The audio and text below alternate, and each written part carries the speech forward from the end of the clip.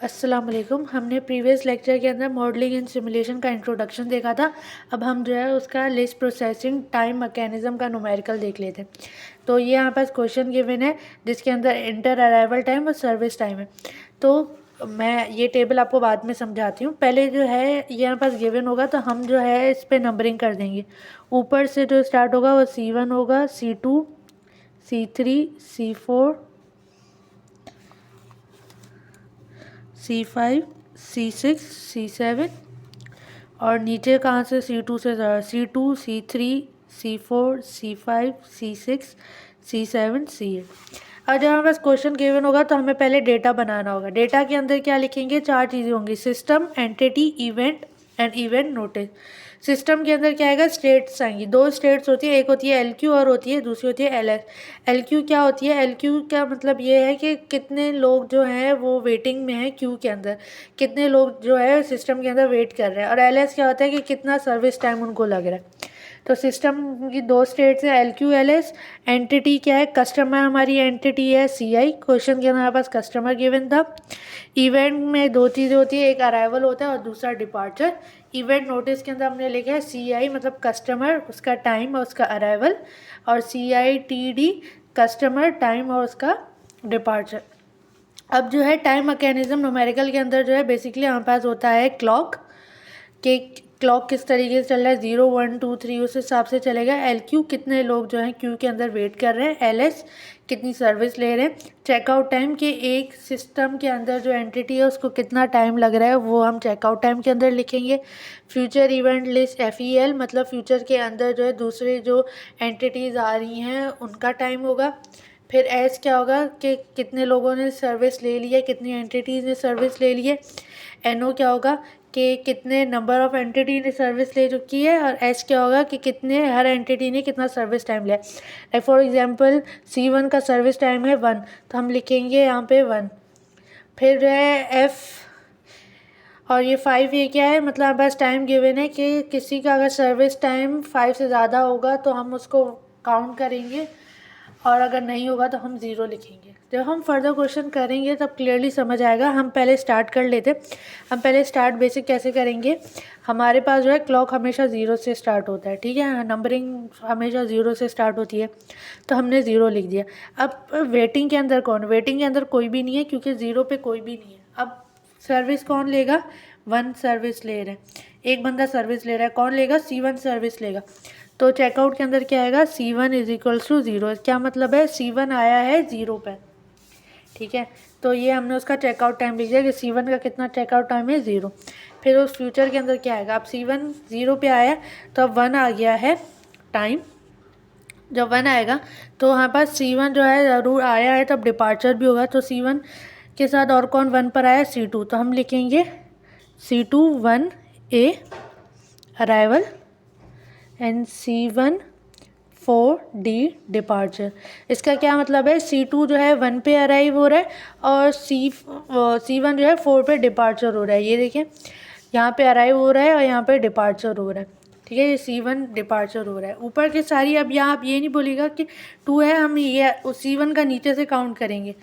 तो C1 का service time जो है वो है 4, सही है। तो अभी जो है C1 का डिपार्चर 4 पर होगा तो अभी तो किसी ने भी सर्विस नहीं ली तो ये क्या होगा? ये तीनों 0 हो जाएंगे। अब क्या आ रहा है? अब 1 पे आ रहा है। अब 1 पे कौन है अंदर? 1 के अंदर जो है C1 है और C2 है। अब C1 जो है वो सर्विस ले रहा है और C2 जो है वेटिंग के अंदर है। तो हमने 1 1 लिख दिया कि एक बंदा सर्विस ले रहा है, एक जो है वेटिंग में। अब क्या होगा? अब C1 के साथ क्या आएगा? C2 भी आ जाएगा। चेकआउट में क्या आएगा? C1 चेकआउट आया था अंदर 0 पे और C2 आया है 1 पे, ठीक है। तो चेकआउट में लिख दिया कि C1 0 पे आया था, C2 जो है 1 पे आया था। अब हमारे पास फ्यूचर में क्या आएगा? फ्यूचर में हमारा इसका डिपार्चर होगा और इसका डिपार्चर होगा। अभी इसका डिपार्चर नहीं हुआ तो हम जो है इसको लिखेंगे अभी भी। अब पहले क्या होगा? अब इसका डिपार्चर हुआ ही नहीं है, एक टाइम पे एक ही का डिपार्चर हो सकता है। तो अभी इसका डिपार्चर नहीं हुआ तो अभी हम इसका पहले डिपार्चर करवाएंगे फिर हम C2 का डिपार्चर करवाएंगे, दोनों का साथ नहीं करवा सकते। तो जब तक इसका डिपार्चर हो, लाइक यहाँ पे हमने लिख दिया C1 का 4 पे डिपार्चर होगा। अब जो है 2 पे हमारे पास क्लॉक जो है 1 पे है, ठीक है। अभी हमारे पास क्लॉक 1 पर है, तो अब हमें क्या करना है, अब अगर ये जब जाएगा, ठीक है, ये जाएगा उसके बाद ये जाएगा, तो अभी ये जो है ये अभी अंदर ही है, तो अब उसके बाद इसके बाद क्या आएगा, C2 के बाद C3 आएगा, तो हम जो है C3 लिखेंगे। अब C3 जो है वो कब अराइव होगा, C3 अराइव होगा 2 पे, तो हमने लिखा है CT अराइव एट 2। अभी तक किसी का भी नहीं हुआ सर्विस, तो हम क्या है अभी 0 0 0 लिखेंगे। अब हम कहाँ पर हैं, अब हम जो है 2 पे जाएंगे। अब 2 पे क्या है, 2 पे जो है ये C3 अराइव हो रहा है, अभी इसका डिपार्चर नहीं हुआ, इसका डिपार्चर होगा 4 पे, इसका डिपार्चर होगा, फिर इसका डिपार्चर होगा। तो अभी क्या है, हमारे पास लिस्ट के अंदर 2 है, लिस्ट के अंदर क्या है, LQ के अंदर C2 और C3 अभी भी हैं, और C1 अभी सर्विस ले रहा है। तो हम चेकआउट में क्या लिखेंगे, C1 है अभी अंदर, C2 है, और C3 आया है 2 पर, ठीक है। तो अभी जो है ये हैं अभी अंदर, तो अब अभी हम यहाँ पे क्या लिखेंगे, अभी हमारा C1 डिपार्चर नहीं हुआ, तो हम एज इट इज़ लिख देंगे कि अभी तक भाई C1 है लिस्ट के अंदर। उसके अलावा क्या लिखेंगे, अब C3 आ गया, C3 के बाद क्या है, C4 है, ठीक है। तो अभी C4 का जो है उसका अराइवल होगा। अब C4 का अराइवल कब हो रहा है, C4 का अराइवल जो है वो हो रहा है 3 पर।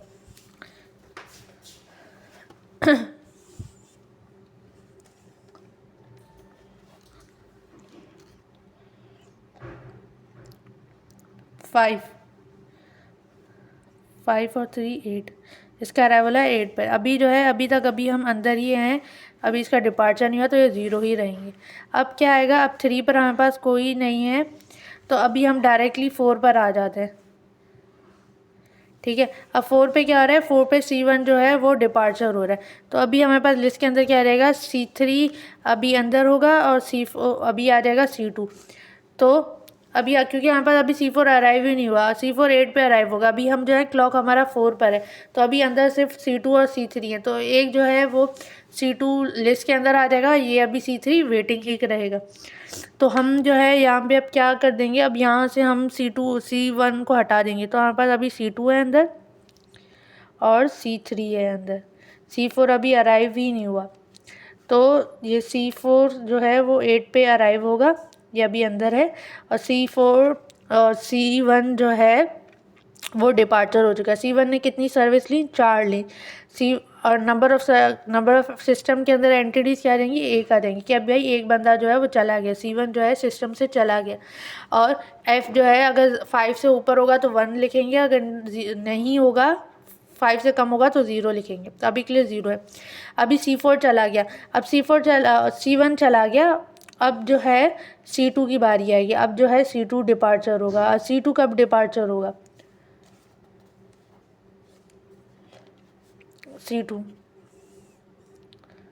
C2 2 सर्विस लेगा, तो 2 सर्विस लेगा, तो 4 अभी हम 4 के अंदर हैं, अभी यहाँ 4 पे डिपार्चर है, 2 सर्विस लेगा, तो 4 के बाद क्या आता है 5 और 6, मतलब 6 पे डिपार्चर होगा ये। अभी हम क्या आ जाते हैं, अभी हम आ जाते हैं क्लॉक 6 पे, क्योंकि 5 के अंदर कोई भी नहीं है, अभी यहाँ पर 6 पे आ जाते हैं। अब 6 के अंदर क्या होगा, अभी C2 चला जाएगा ना, तो अभी यहाँ पर 4 अराइव नहीं हुआ, तो C2 चला जाएगा, तो हम क्या करेंगे, C2 चला गया, तो अभी यहाँ पर सिर्फ एक ही है लिस्ट के अंदर, C3 है, तो हम क्या लिखेंगे, C3 2 पे चेकआउट के अंदर आएगा। अब हमारा ये जा रहा है, तो हम C4 8, क्योंकि अभी तक ये अराइव नहीं हुआ, तो हम ये लिखेंगे, और 6 पे ये जा रहा है, तो इसने कितनी सर्विस लेनी थी, C2 जो है वो अराइव हो रहा था, उसने सर्विस लेनी थी 4, ठीक है, 4 लेनी थी।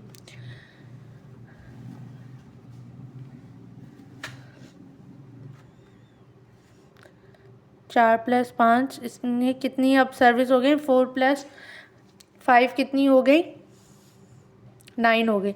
अब कितने चले गए, C1 C2 चला गया, तो 2 आ जाएंगे, और ये जो है 5 से बड़ा है, तो यहाँ पे 1 आ जाएगा, सही है। अब हमारे पास क्या है, C2 चला गया, अब हमारे पास क्या होगा, C3 का डिपार्चर होगा, C3 का डिपार्चर कब होगा? कितनी सर्विस लेनी है इसने? 5 लेनी है।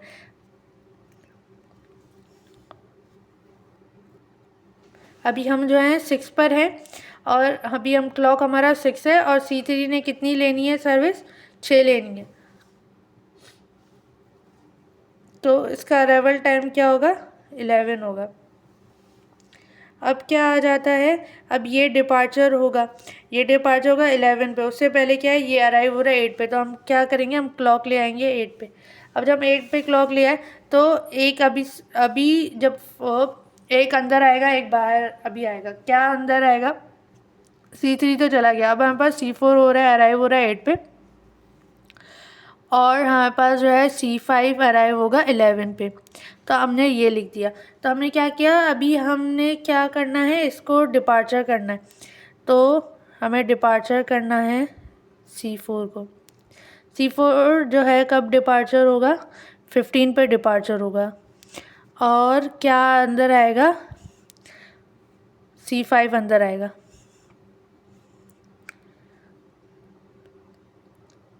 C5 कब आ रहा है? C5 ने कितनी सर्विस लेनी है? 4 लेनी है। 8, 9, 10, 11, 12। ये अराइव हो रहा है 11 पे। और क्या चला गया? C3 तो जा चुका था पहले ही। अब ये डिपार्चर होगा। तो जब हम इसके ऊपर कैलकुलेशन करेंगे तो हमारे पास यहाँ पे आ जाएगा 18। कितने लोगों ने सर्विस ली? C1, C2, C3 तीन ने ले ली। 18 बड़ा है तो 2 आ जाएंगे। 2 भाई आ गई हैं यहाँ पास एंटिटीज जिनके नंबर बड़े थे। उसके बाद क्या आएगा? उसके बाद हम जो है डायरेक्ट अब 11 पर आ जाते हैं। 11 पे कौन अराइव हो रहा है? C5 अराइव हो रहा है। तो C5 अंदर रहेगा। और उसके बाद जो है हमारे पास C4 अभी अंदर ही है क्योंकि C4 का डिपार्चर 15 पर होगा। तो हम कैसे लिखेंगे? C4 8 पे अराइव हुआ था, C5 जो है 15 पर। अब जो है ये अराइव हो चुका है। अब हमारे पास क्या आएगा? C6 आएगा इसके बाद। तो हमने क्या लिखना है? C6। C6 अराइव होगा और डिपार्चर किसका होना है? C4 का 15 पे डिपार्चर होना है। C6 कब अराइव हो रहा है? C6 18 पे अराइव हो रहा है। अभी हम 11 पर हैं। 11 से हम जो है फिर इस पर प्लस कर देंगे। फिर अभी हमारे पास ये एज इट इज़ रहेगा 18, 3 और 2 क्योंकि कोई डिपार्चर नहीं हुआ। उसके बाद जो है ये डिपार्चर हो रहा है 15 पे। तो अभी हम क्या लिख देंगे? अभी यहाँ पर C5 अंदर है, C6 अंदर है, तो 1 1 आ गया। और जो है फिर हम क्या करेंगे? C5 जो है अभी अंदर है तो अभी हमने उसे चेकआउट के अंदर लिख दिया। बट हमारे पास C6 18 के अंदर अराइव हो रहा है तो इसके मतलब हमारे पास लिस्ट के अंदर कोई भी नहीं है अभी क्योंकि ये 18 पर अराइव हो रहा है। अभी हम कहाँ पर हैं? 15 पर हैं। तो C5 जो है वो 11। तो हम क्या लिखेंगे? अभी C6 18 पे अराइव होगा और 15 पे इसका डिपार्चर हो रहा है। इसका डिपार्चर होगा तो उसके बाद क्या आएगा? C5 का डिपार्चर आएगा। C5 का डिपार्चर जो है 16 पर होगा। तो जब इसका डिपार्चर होगा तो इसके बाद क्या आएगा? तो यहाँ पे आएगा हमारे पास 25। कितनी चले गए? 4 चले गए। ये भी बड़ा है तो यहाँ पे हमारे पास आएगा 3। उसके बाद जो है 16 आएगा। 16 पे डिपार्चर हो रहा है C5 का। अब 16 पे डिपार्चर हो रहा है तो अभी हमारे पास 18 पे आएगा। ये तो हमारे पास सिर्फ था ही C5। तो अभी हमारे पास लिस्ट के अंदर कुछ भी नहीं है तो 0 0 लिख देंगे। फिर चेकआउट भी किसी का ही नहीं हो रहा अभी क्योंकि C5 तो जा रहा है। तो उसके बाद क्या आएगा? हमारे पास C6 आएगा ना। C6 तो 18 पे जो है वो अराइव हो रहा है तो हमने ये एज इट इज़ लिख दिया। अब हम जो है क्या करेंगे? C5 को निकालेंगे। तो यहाँ पे 25 पहले ही था और C5 का जब हम प्लस करेंगे उसके अंदर इस यहाँ से नंबर तो हमारे पास जो है 30 आ जाएगा। 5 चली गई हैं एंटिटीज़, इसका भी नंबर बढ़ा है तो ये आ गया 4। उसके बाद क्या आएगा? 18 पे अराइव हो रहा है ये। तो 18 के अंदर कौन आ रहा है लिस्ट के अंदर? अभी वेटिंग अंदर कोई भी नहीं है, C6 ही है 18 के अंदर। तो हमने क्या लिखना है यहाँ पे? चेकआउट पे लिखना है C6 18 पे आएगा। अब इसका अराइवल हो चुका है, अब इसका डिपार्चर कब होगा। अभी इसका ये गया तो अभी हमारे पास एक और अंदर आएगा, C7 आएगा, उसका अराइवल होना है और डिपार्चर होना है C6 का। अब C6 का डिपार्चर जो है वो कब होगा, वो होगा 23 पर। किस तरीके से होगा, C6 का अभी हम जो है 18 पर है और जो है इसने कितनी सर्विसेज लेनी है, इसका अराइवल टाइम जो है 5 है, तो 18 + 5 करेंगे तो हमारे पास कितना आ जाएगा, 23 आ जाएगा। तो इसका डिपार्चर होगा 23 पर। अब हमारे पास किसका डिपार्चर हो चुका है, किसी का भी नहीं, तो ये 5 और ये 4 एज इट इज़ आएगा। अब 18 के बाद क्या आएगा, 23 आएगा, क्योंकि C इस पे डिपार्चर होगा। उससे पहले जो है C7 का लिख लेते, C7 कब अराइव होगा, वो भी 23 पर ही अराइव होगा। तो अभी हम जो है 23 पर आ जाते हैं। अभी जो है C6 चला जाएगा तो C7 ही बचेगा, तो हमारा वेटिंग में कोई नहीं है, C7 ही वेटिंग में, तो हम लिखेंगे C7 23। अब ये डिपार्चर हो रहा है, इसके बाद क्या आएगा, C8 आएगा, तो उसके बाद हमारे पास C8 आएगा, वो अराइव होगा और C7 का डिपार्चर होगा। अब जो है ये C8 कब अराइव हो रहा है, ये अराइव हो रहा है हमारे पास 25 पर, 23 पर है ना, अभी 23 + 2 कितने हुए, 25 है। C8 जो है 25 पे अराइव हो रहा है। अब जो है C7 का डिपार्चर होगा, C7 का डिपार्चर कब होगा, C7 का डिपार्चर जो है वो 27 पर होगा। कैसे 27 पर होगा, यहाँ पर जो है 5 है, 5 + 23 क्या होगा, 27। अभी जो है हमारे पास जो है अभी यहाँ पास C6 गया, इसका सर्विस टाइम कितना था, C6 का 5 था, तो 30 + 5 कितने हुए, 35 हुए, 5 + 30 35 हुए। अभी यहाँ पास 6 चले गए हैं और ये भी बड़ा है, तो इसका हम नंबर लिख देंगे कि भाई 5 जो थे उनकी वैल्यूज़ टाइम के हिसाब से ज़्यादा थी। अब जो है उसके बाद क्या आएगा, 23 के बाद 25 आएगा। 25 के अंदर क्या होगा, एक अभी क्यू के अंदर है और एक अभी डिपार्चर होगा, तो C7 अभी डिपार्चर होगा और C8 जो है क्यू के अंदर है, तो C8 क्यू के अंदर है, तो हम लिखेंगे C7 23 पे आया था और C8 जो है वो कब आया था, 25 पर आया था।